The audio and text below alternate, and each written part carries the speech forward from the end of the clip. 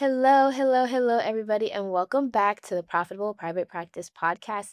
And today I have with me Dr. Tracy Desplinter. Hi, Dr. Tracy. Hi, Cheta. Thank you so much for having me. I'm really excited to I'm chat with so you. glad you're able to be on. Yeah, I'm excited. Oh, this is awesome. I'm glad you're able to make it.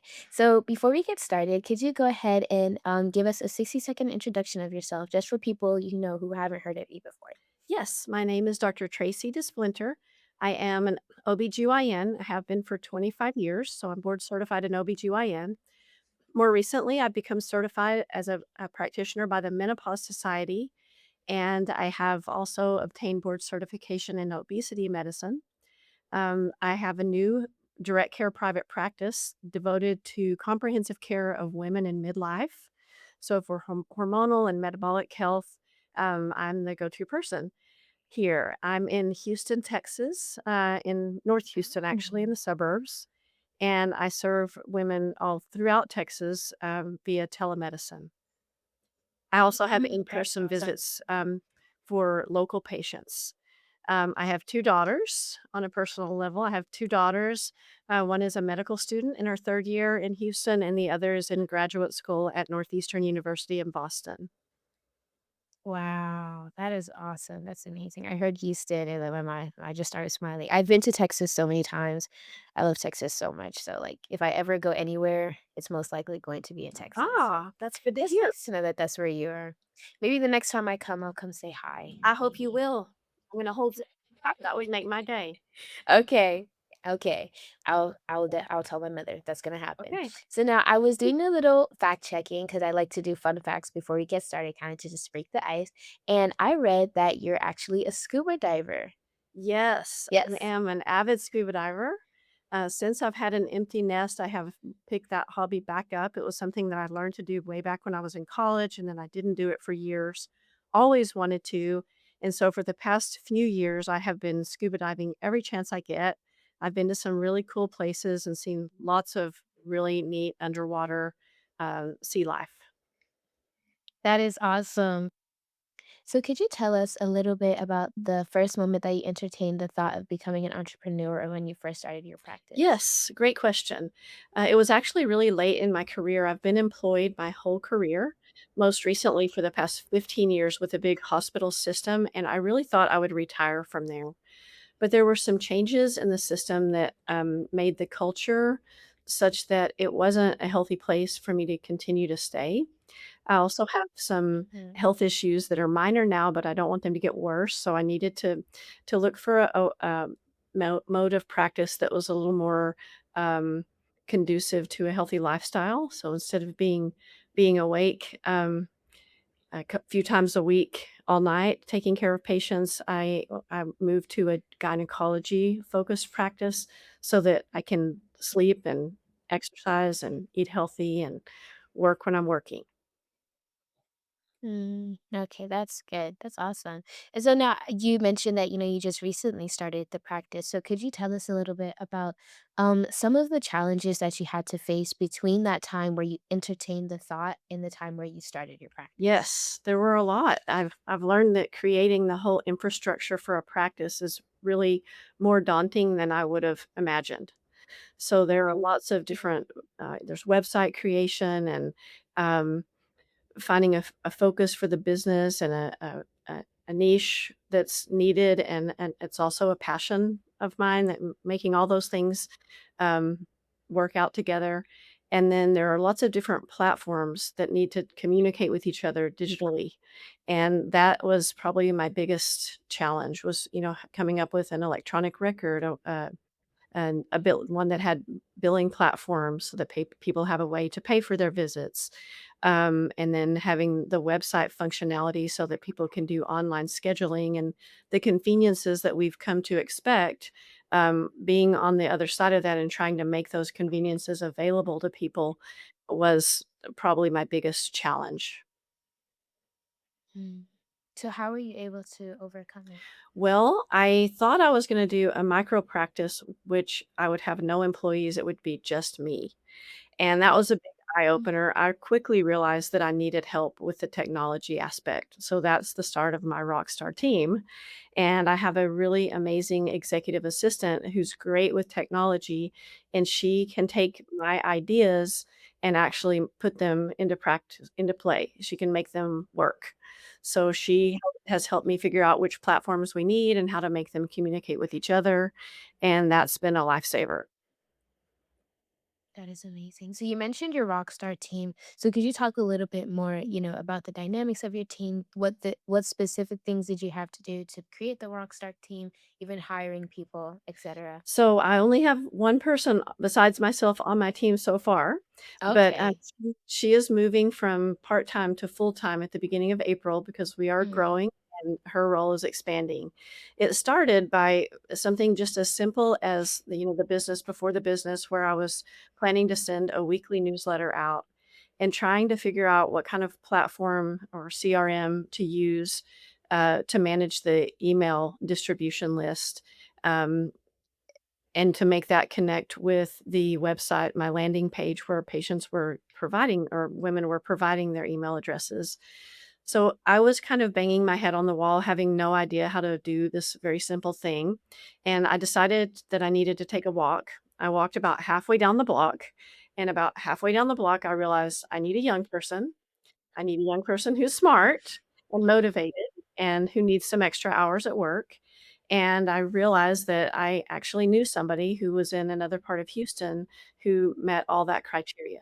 So I called her and she immediately said, "Oh, I'll do that for you for free." And I was like, "No, I want you to be part of my team." And mhm, it started out as a very limited part time role.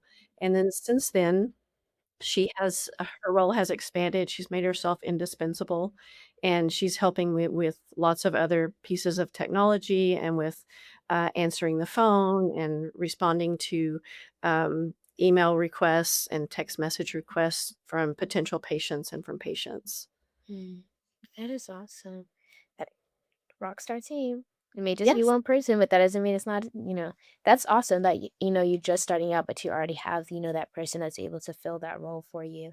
And yes. so I know that sometimes when it comes to teams, something that people can struggle with is, the vision casting aspect of it, or like when you have that person you need being like very specific with, okay, this is what I need you to do. And not being vague about it. So was there ever a time that you struggled with that?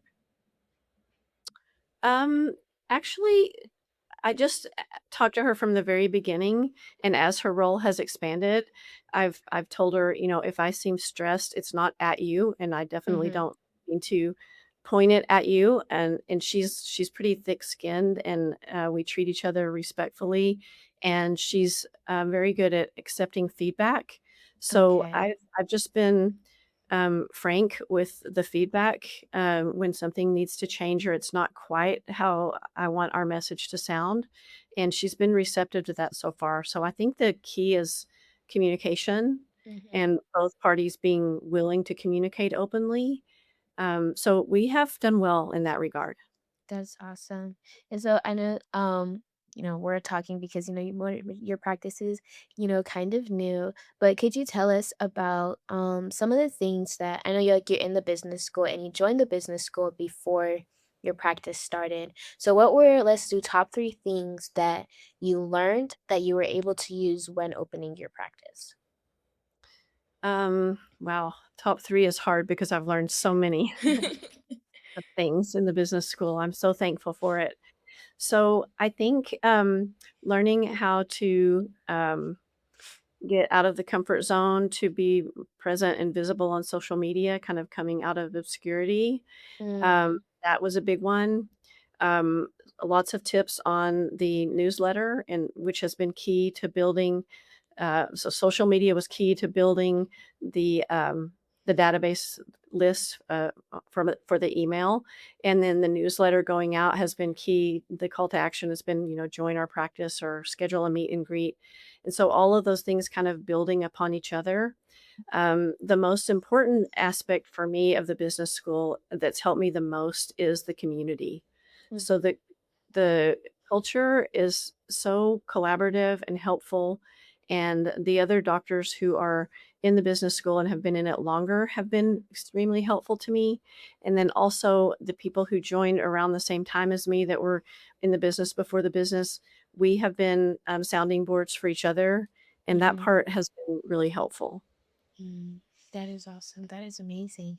And so now, if you could say something to someone who is, just now starting their practice, what would you tell them based off of the insight and the help that you've got from the business school?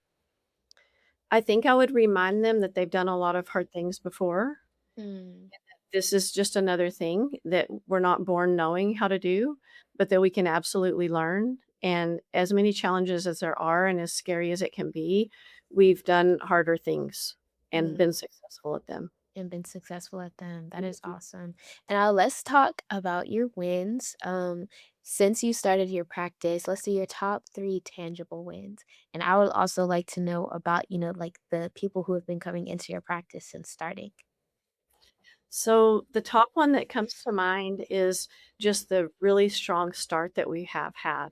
So, we still have a lot of growing to do, but in the first month, I was hoping I offer memberships as well as individual visits. Some women, a lot of women only need to see their gynecologist once a year. So I wanted to include individual visits, but I hope to the my practice can serve people best if they are members with ongoing care. And I was hoping in my mind quietly that we might have 10 members at the end of 1 month, and we had over 50. So, Wow. yeah, the strong start has been extremely encouraging, and I would not have been anywhere near that without EBS. Mm, wow, that is amazing. Is there any other wins you'd like to share? Learning that I need a team and Mm, starting to build one, that has been a win. And then the growth of the newsletter list has I've got, over 1,400 on it now, and so just the pace at which these, things have grown has been really encouraging to me. that's amazing. So could you talk and you mentioned that you had 50 people with the membership. So could you talk a little bit about like what were some of the steps that you took to ensure that that would happen? So some of them were, personal growth and development, changes in my own mindset about what's possible. And then, I obtained some extra education, not only the business school, but also getting a certification by the, Menopause Society, and then a whole 'nother board certification in obesity medicine. These certifications are not something I absolutely had to have, but I think they have been helpful because they lend credibility and increase my knowledge base. And then there's some places online that people go looking for a certified provider. So Mhm. I think those things have helped. That is wow, that is amazing. That like you were secretly hoping for a small amount, but then your practice really just kicked off and it started flying. And so I know sometimes other people may not um like fly off as hard as you did, but you did and that's amazing. Were there any specific, let's say, marketing strategies like between the social media or referral sources or things like that, or even the newsletter that you had to use to start off that hard?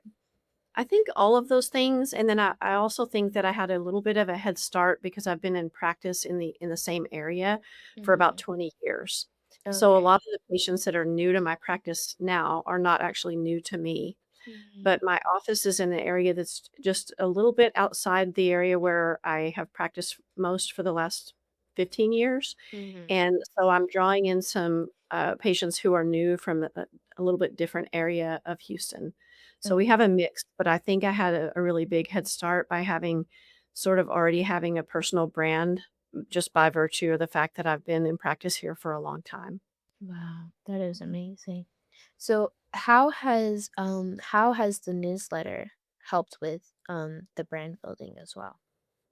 I think people becoming aware of my extra certifications and training and interests, because what I'm doing is not just strictly gynecology. I do offer gynecologic services, but I'm targeting comprehensive care for women in midlife. So there's a lot of hormonal changes, metabolic changes that occur during this period in life. It's a really unique time where if we are proactive, we can actually prevent or change the arc in a favorable way with which we're reaching chronic disease. We're also all headed toward a chronic disease of some sort as we age. But wouldn't it be nice if we had to have a heart attack or stroke if we could have it in our 90s instead of in our 60s or 70s? Mm, There's definitely objective data to um, for me to spread the word and be able to help people change that arc. So the newsletter has helped me define my mission and kind of get the word out with the kind of service that I'm offering, and that's helped bring in the right people who are of the same mindset. okay. So was there anything about the newsletter specifically that you learned how to do it from the business school? Yes. So I learned all about how to do it through the business school. I didn't have a newsletter before I was in school. So when we were at the vision retreat in October in the evenings, and then the couple days following, I was developing the landing page for people to come and provide their email addresses, and then I started asking people for that on social media and pointing them in that direction. And then when I started getting email addresses, I started creating a newsletter. Consistency is one of the biggest, uh, pieces of information or pieces of advice that Dr. Una gives us, and so I make sure that the newsletter has goes out at the same time of day, at the same time of week, every single week without fail, and I think that's been really helpful. That is amazing. So what has been, since joining the business school, even since opening your practice, what has been your favorite thing about the business school? The community of the doctors, for sure. So I mentioned earlier, and I don't wanna repeat myself too much, but I can't really say it enough, that the culture of the group is, nurturing, encouraging, helpful. To see some of the people who've had tremendous success and have been in the business school for a long time, kind of put a hand down and help pull the rest of us that are new kind of up, Mhm. has been very motivating and, inspiring. And then to have colleagues that are at similar places with just getting ready to launch a practice or a business or to have the early growth has been nice. It's a little bit isolating in private practice, or it can be. So having the community has really been helpful. That's awesome. And so to the people who are listening, I do want to invite you to do this thing that we like to call, it's called book a call. So essentially you may think, okay, well, business school sounds a little bit intimidating, so I don't know if I want to do that, but the community sounds nice. The things that Dr. Una talks about sounds nice. So what I would advise you to do is to book a call. You can go to entremd.com/success. And in that, you'll get to have a conversation with one of our team members, and essentially they'll just walk you through what your next best step would end up being. So whether it's something like coming to one of the events and testing it out before you join the business school, or joining the business school, or joining PPPM, you'll be able to have that conversation with them. So I want to invite you to book a call. That's on trimd.com/success so that you can book your call today. And now, for Dr. Tracy, something that I hear people say, people who have been inside of the business school that they say often is that EntreMD, the business school itself, is like an alternate reality. So, what you experience inside of the business school and what you experience outside of the business school are two separate things. So, in what ways have you experienced that before? I think a lot of times outside the business school, there's um, not as much collaboration and it's more competition. And inside the business school, there's the scarcity mindset is gone, and we know that there's plenty of patients or plenty of coaching clients or whatever your business may be. And so the atmosphere of collaboration, I think, is what's most different inside as compared to outside. Compared to outside. I've heard people say that as well too, where like the collaboration and the competition thing, where the doctors inside the business school are helping each other, where outside they're, kind of climbing over each other to get to the top. And so it's amazing that inside of the business school, that's not something that you see, but everybody's working together to, push each other up. And so now if you could tell someone who is interested in joining the business school, but they're a little bit on the fence about it, if you could tell them one thing that you believe would convince them to join, what would you tell them? I think the business school and the things I've learned and the people I've met and the network that, is developed within the business school has been the key to my success thus far. And I'm early in my practice, but I do have a really encouraging start, and Mhm. I would just encourage that I think the key to that has been the business school. Mm. And you're only gonna keep growing from here, Dr. Tracy. I You're gonna hope keep so. going. It's gonna keep going all the way up like this. So you're doing amazing. That's awesome. And so now where can people find you? They want to get to know more about you. They want to come to the practice or want to find you online. Where can they find you? Yes, so, my practice website is refinedwomenshealth.com. And you can easily join the practice if you're in Texas. Anywhere in Texas, there are telemedicine options in addition to in person options. You can schedule a visit conveniently on the website or join the practice on the website. On social media, I'm on Facebook and Instagram, and I use my real name, Tracy Desplinter, MD, Tracy with an I, on both of those On platforms. both the platforms. Alrighty. And so, Dr. Tracy, lastly, if there's anything that you want someone to take away from this episode, what would you want it to be? Give us a quotable quote, something that they can go home with. You've done hard things before. And if you get the proper, put yourself in the proper environment and surround yourself with the right people, develop your mindset, you can launch a practice or a business of your own.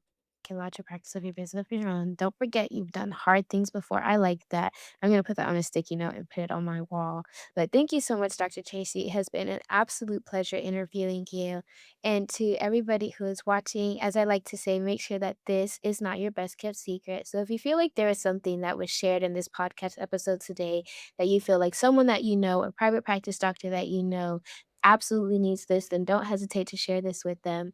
And to everybody watching, we will see you next time. Thank you, Cheta. Thank you for coming on, Dr. Tracy.